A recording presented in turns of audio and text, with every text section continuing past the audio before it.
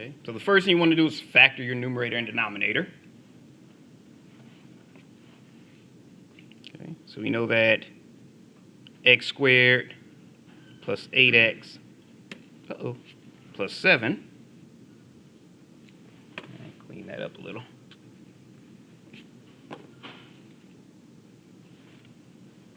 There's nothing in front of the x squared, so you just have to find two numbers that multiply to equal your c, and those same two numbers add to equal your b. They only differ by 1, so we can use 7 and 1. So we know 7 times 1 is 7, and 7 plus 1 is 8. So this factors to become x plus 7 times x plus 1. Okay, so we do the same thing for x squared minus 4x minus 5. We'll bring that down some. We have to find two numbers that multiply to equal our c, which is negative 5. And those same two numbers have to add to equal our b, which is negative 4. Okay. So in this one, since you have one positive and one negative, for this, we can use negative 5 and positive 1.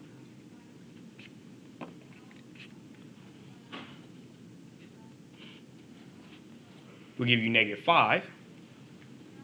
And negative 5 plus positive 1 will give you negative 4.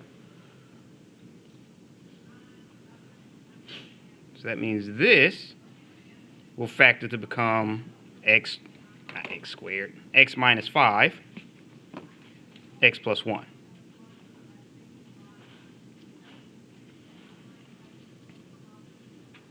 Okay, so that means x squared plus 8x plus 7 over x squared minus 4x minus 5. You can factor both of those to become x plus 7 times x plus 1.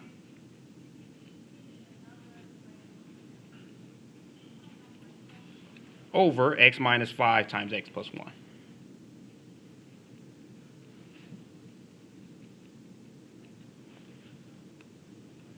Okay. So once you factor them, now you can cancel out the x plus 1. Because anything divided by itself is just going to equal 1. And whatever's left in the numerator is x plus 7. And your denominator is x minus 5.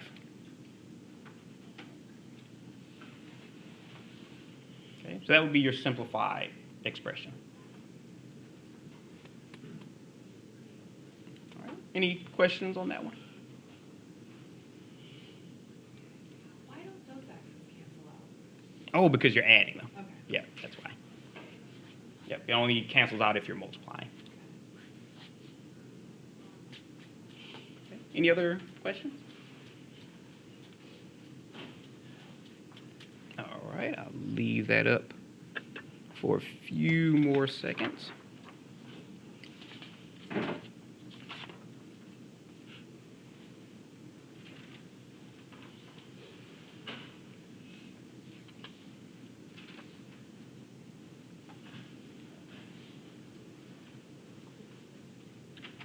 Now there's one tricky portion of this that I want to point out because you will see it over and over and over again.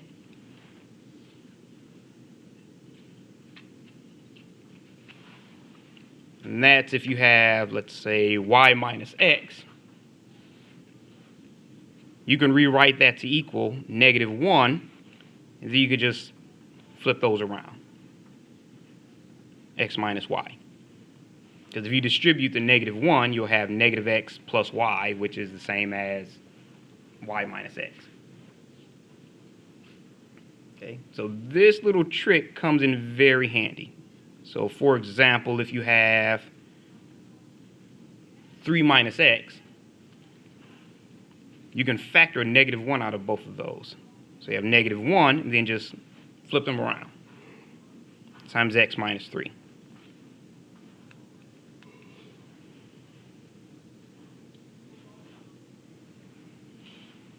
All right, so let's say, for example,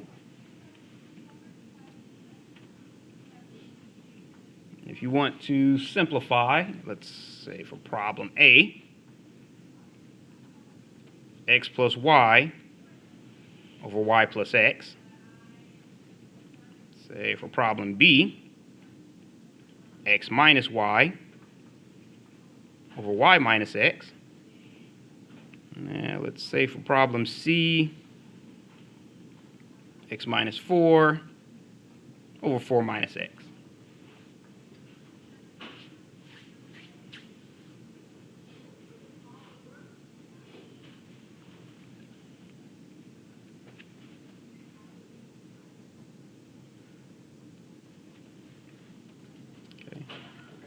So for problem A, when you're adding, you can flip them around. So if you have 2 plus 3, that's the same as 3 plus 2. So you can flip those around.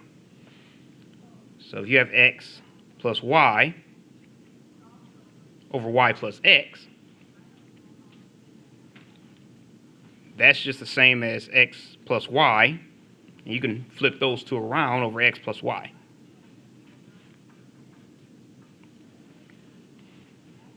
And anything divided by itself is just going to equal 1. Because really, if you look at it this way, running out of lead here. There we go. Let me kind of rewrite that.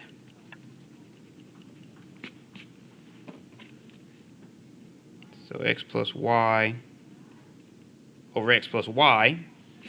If you look at it this way, you can always cancel it out right there and make it equal to 1.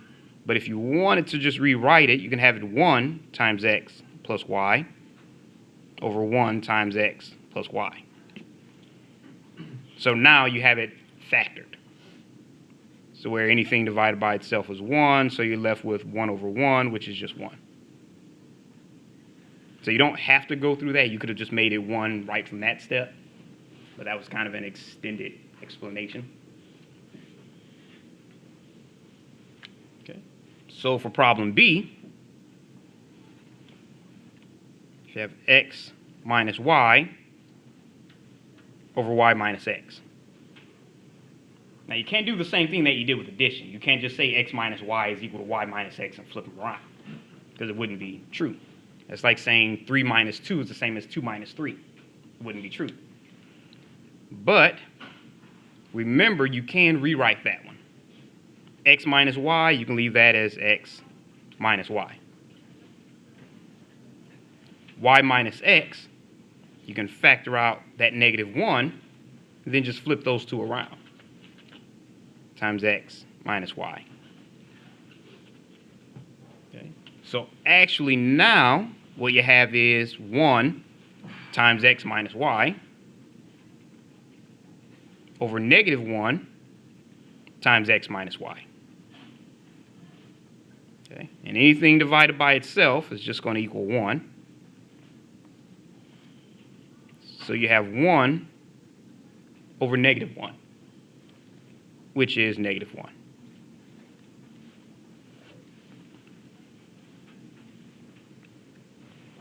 All right, clean that up a little bit.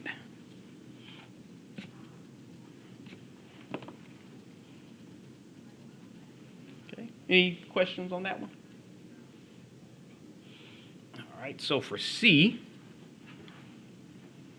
we have the same thing, we're just applying it to actual numbers. X minus 4 over 4 minus x. If we wanted to, we could have factored out a -1 from either one. We don't always have to do it to the 4 minus x. So let's say if we decided to factor the -1 out of this one, then we just swap places. So you have -1 times 4 minus x.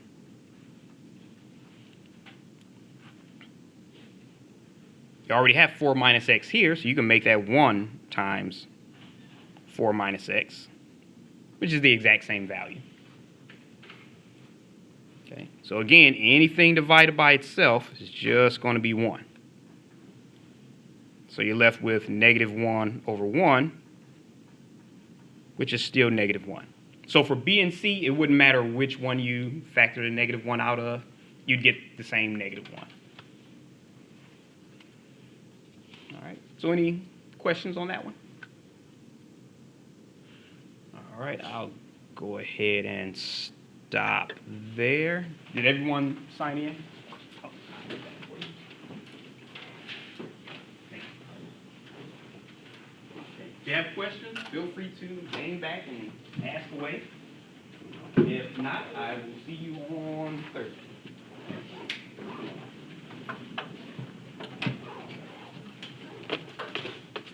And I will send out an announcement for the seminar for the extra credit. Today? It's today? It's today and tomorrow. But if you can't make it today or tomorrow, there'll be other opportunities. There will be what? I'll give you another way to make extra credit. So, because some people do have to work. Same time, both today and tomorrow, so was it 2 o'clock? I believe it's noon. I'll double check and make sure. Let me double check now. Because he just sent out the email this morning. So, let me make sure I have my... It would help if my Wi-Fi was turned on. All right, thank you. Okay.